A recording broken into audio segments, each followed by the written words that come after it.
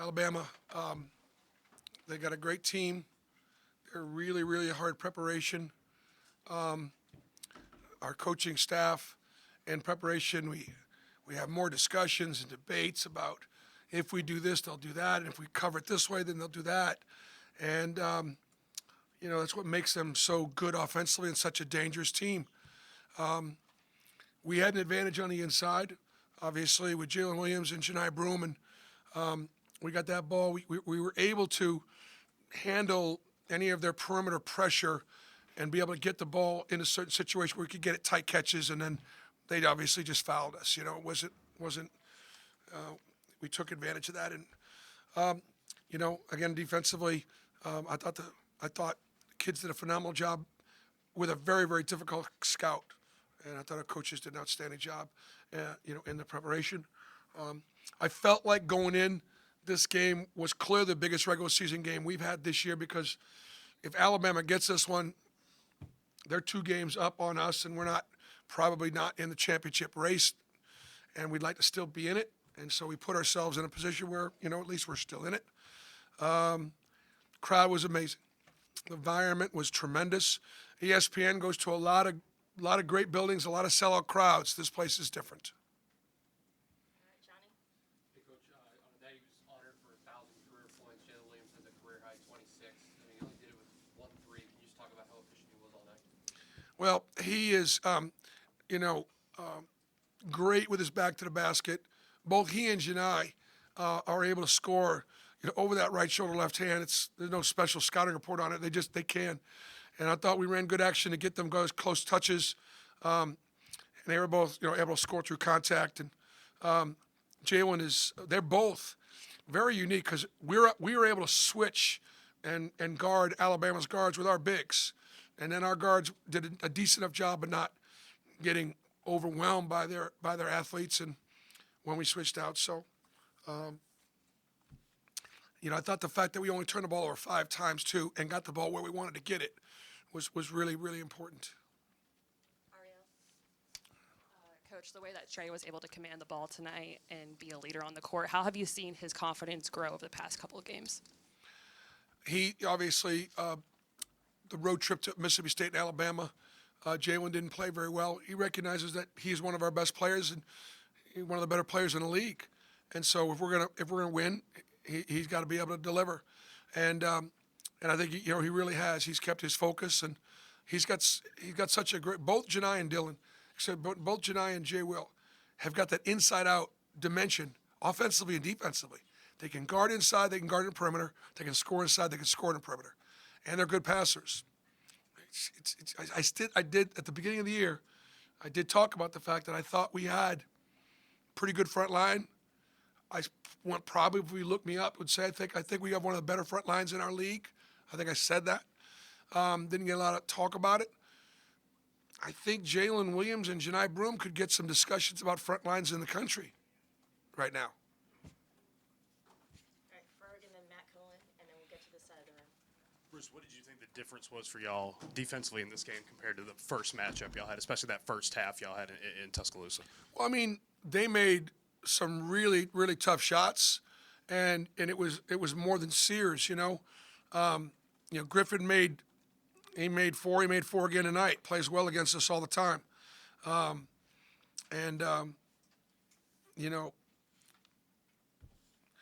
Reitzel made 3 or 4 at Alabama, and so, I mean, I thought we did a better job keeping bodies on bodies, not getting overwhelmed on the offensive glass, not getting beat to as many 50-50 balls. And we did a better job of not turning the ball over, which, they had 18 points off our turnovers in Tuscaloosa. So I think all those things led to the fact that, we held them to only, 9 threes. They make 12 in their wins, and they make 8 or 9 in their losses, and that's what it takes. All right, Nathan, then Matt. Program record 40 free throws for y'all in this game. Was there anything you noticed in the second half, I guess, when the pace for both teams, it seemed like y'all were going to the line a lot? I know that people are going to look at that stats and go, man, it was a free throw fest. But I mean, we were reaching a little bit in. We were a little handsy on the perimeter, and their guards shot a ton of free throws, right? And then we were pounding the ball inside, and they were just climbing all over. I mean, they're fouling us every time. So I don't think the officials wanted to call it like that, but I think both teams had, played hard, played physically. Matt, then Mike. On a Janai specifically, I think you've talked a lot about just how he had the interior advantage, but now he's made 3 in 6 straight games. His free throw shooting is vastly improved. How have you seen him expand his game over the course of this season? Well, I think the thing with Janai, again, it's the inside out deal. Like, he's a monster with his back to the basket, and he just knows how to use his body. And you get in there behind him, it's a bucket or a foul in a lot of ways. But then he also is such a good passer and likes the ball in his hands. And he works at he works. He shoots like our guards shoot in every practice and after practice. And so I have great confidence in him, being able to shoot the ball. And I think, again, 9 for 10 for the foul line. Not trying to jinx it because we talked about it last time, but he was a 55% free throw shooter last year. In conference play, he's in the 90s. And that tells you how hard he's worked at it, how much he cares. And again, he understands the Auburn family. This game's personal. This is personal. This game matters. Coach, Nate Oates noted that in Coleman, you went in down 14 and you were able to fight back. They went down 14 and were unable to do that tonight. What things did you guys do to kind of hold them at bay from that inevitable run you probably knew they were going to make? I'm sure that's Coach Oates challenging his team. Look, they were down 16 at Georgia and came back and won it. We were down 9 at half to Ole Miss, so we were able to come back. Obviously, I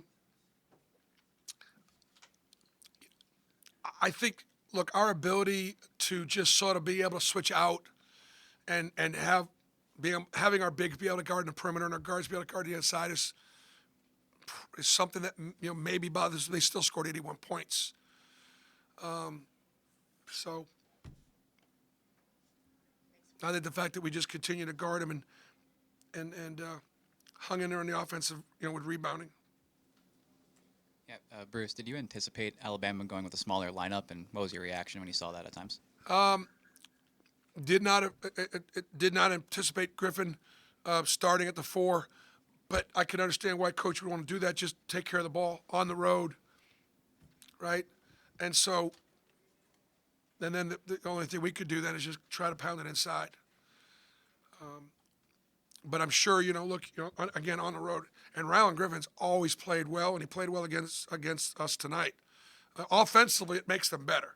I mean, offensively, the more shooters and skilled players you got. And so it made Alabama a tougher cover when they went small, but they're not better defensively when they're small. Coach, I want to ask you a little more about the inside advantage that you mentioned. Apart from an edge in height or length, can you just speak to the advantage of bigger, heavier guys, stronger, more physical guys? Yeah. I mean, obviously, look, Alabama plays really physically, and they play really hard, and their front line is really athletic. Janai's got about 30 pounds, maybe, on him, 20. Jalen Williams probably had some on his matchups on the inside. And, Ira Bowman coaches our inside kids, and I thought Ira has done a great job with all of our inside guys, Chaney and Dillon and those guys, at being able to score through contact. The inside game is not a factor in the NBA anymore. It still is in college basketball. All right, 2 more, Jake, and then Ferg. Coach, back here, you've talked about if you want to win a championship, you got to win at home. You all stay perfect. Do you feel like you saw a little bit of that championship type play from your guys tonight? Yeah, you have to win at home, and then you got to win some games in a row. You got to win every game in a row you're supposed to win, and you got to win a couple that you're not supposed to win. And so, we got 3 road league wins, right now at Vanderbilt, at Arkansas, and at Mississippi State. We got 2 league road losses at Mississippi State and Alabama. So we play better at home, but who doesn't? But we've also been able to go on the road and win. Now, Florida, they are huge. They have the number 2 offensive rebound efficiency team in the country. They got 3 great guards that can really score it. They play better at home. They've only lost once at home, and obviously we go in there with a big number on our head. Coach Todd Golden was one of my former assistants. Has done a fantastic job rebuilding that program. Bruce, I want to ask you about Chris. You know, he had that run there early in the second half. Didn't score, but he had a ton of hustle stats in this game. Just how much do you feel like that gave y'all a spark there? I think Chris Moore's play was huge. I mean, 4 offensive rebounds and steals, and our guys are so happy for him, right? You know,